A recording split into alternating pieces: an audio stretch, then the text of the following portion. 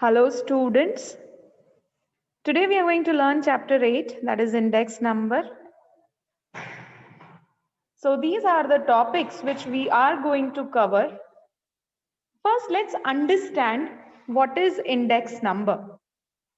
An index number measures the relative change in price, quantity, value, or some other items of interest from one time period to another. We can say that simple index number measures the relative change in one or more than one variable.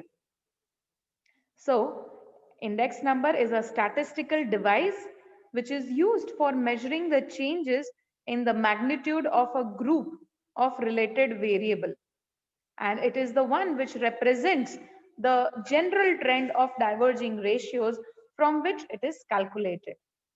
So an index number also measures the change in value of variable such as price of specified list of commodities, volume of production in different sectors of industry, or it also measures the production of various agricultural crops, cost of living, etc.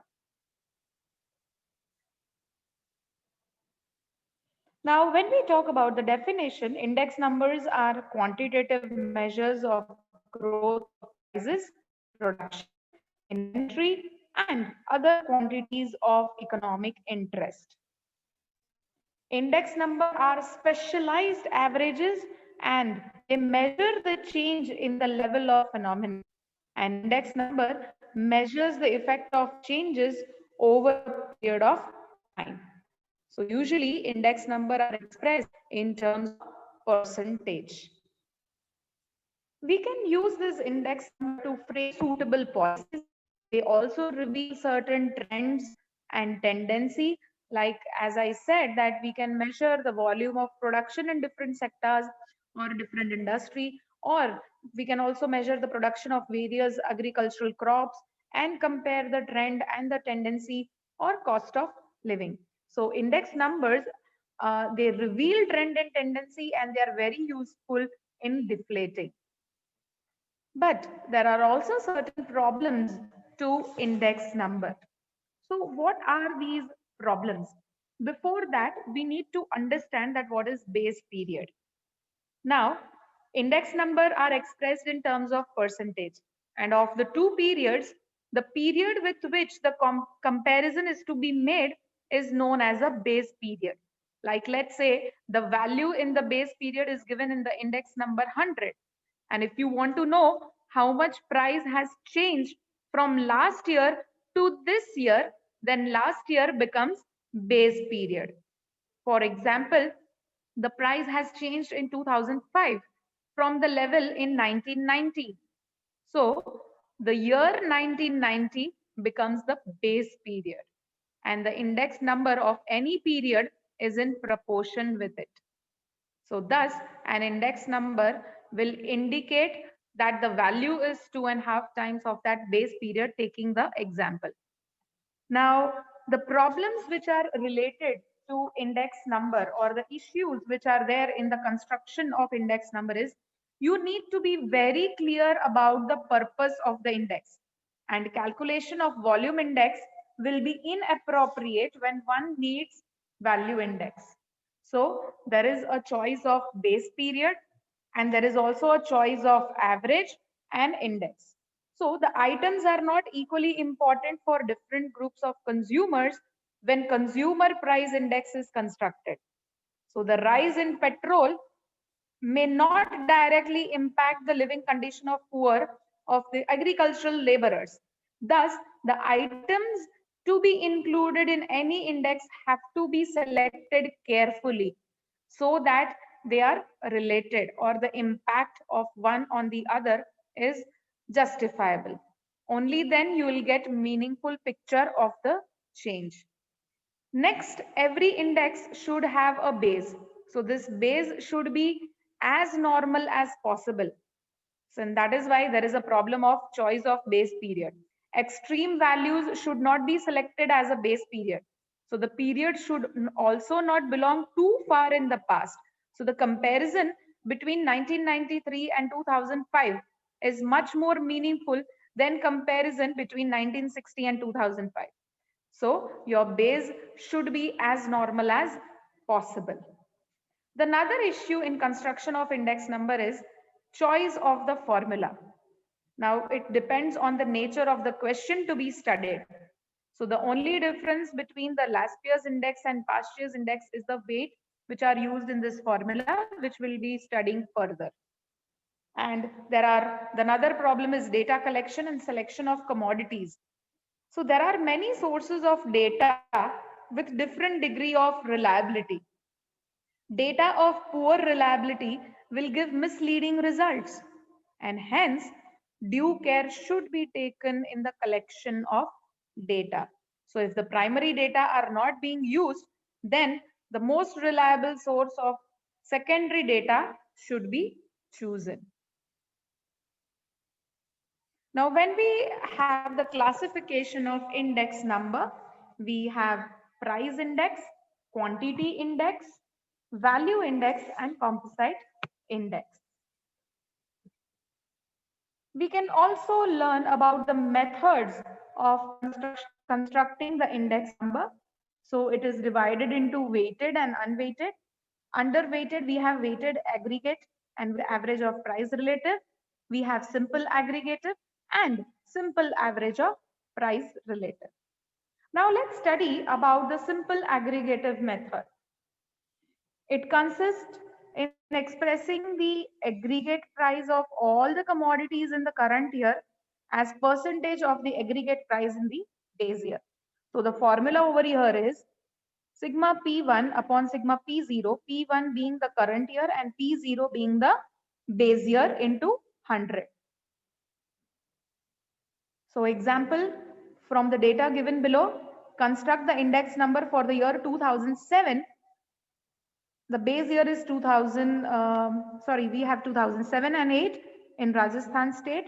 So over here, 2007 is our base year and 2008 is our P1, that is current year. So when we add up all the prices of 2007 and 8, we get P0 and P1.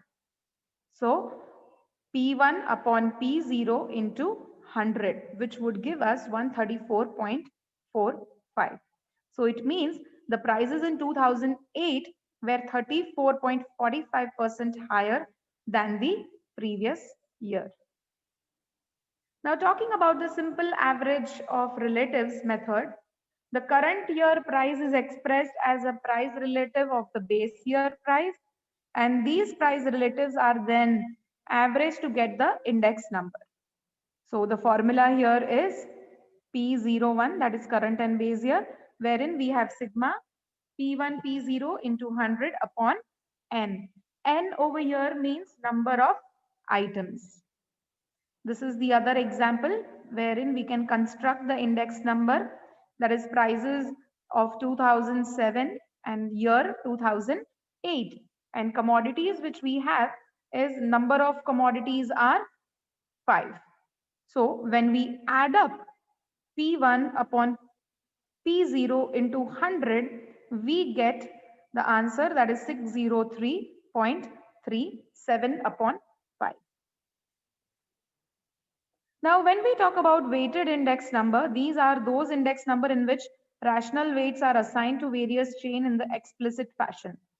So these index number are simple aggregative type with the fundamental difference that weight are the assigned to various items included in the index. So these are the various methods, even though we are not going to cover everything in this syllabus. So Laspier's method, Pasteur's method. In this Laspier's method, this was devised by Laspier in 1871. And in this method, the weights are determined by the quantity in the base. So that is sigma P1 Q0 upon sigma P0 Q0 into 100.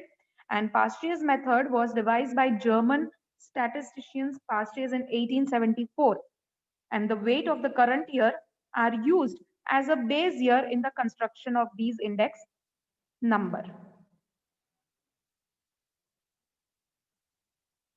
We don't have this, so I'm skipping that. Now, these are the formulas for all the three.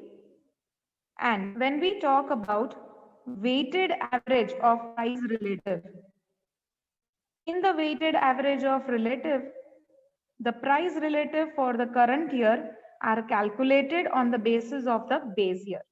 And these price relatives are multiplied by the respective weight of the items. And these products are added up and divided by sum of the weight. So weighted arithmetic mean of price relative is nothing but sigma PV upon sigma V, wherein P is the price relative and V is value weight. So if we want to find out P, we need to have P1 upon P0 into 100. And in case of value index number, it is the product of price and quantity. A simple ratio is equal to the value of current year, which is divided by the base year. Now in this method is used when the comparison are not made with fixed base. Rather, the base changes from year to year. For example, 2007, 2006 will be the base year for 2006 and 2005. We do not have this, but yes, before moving on to the conclusion, we can say that index number estimates and it enables you to calculate a single measure of change of a large number of items. An index number can be calculated for price, quantity, and volume. Thank you.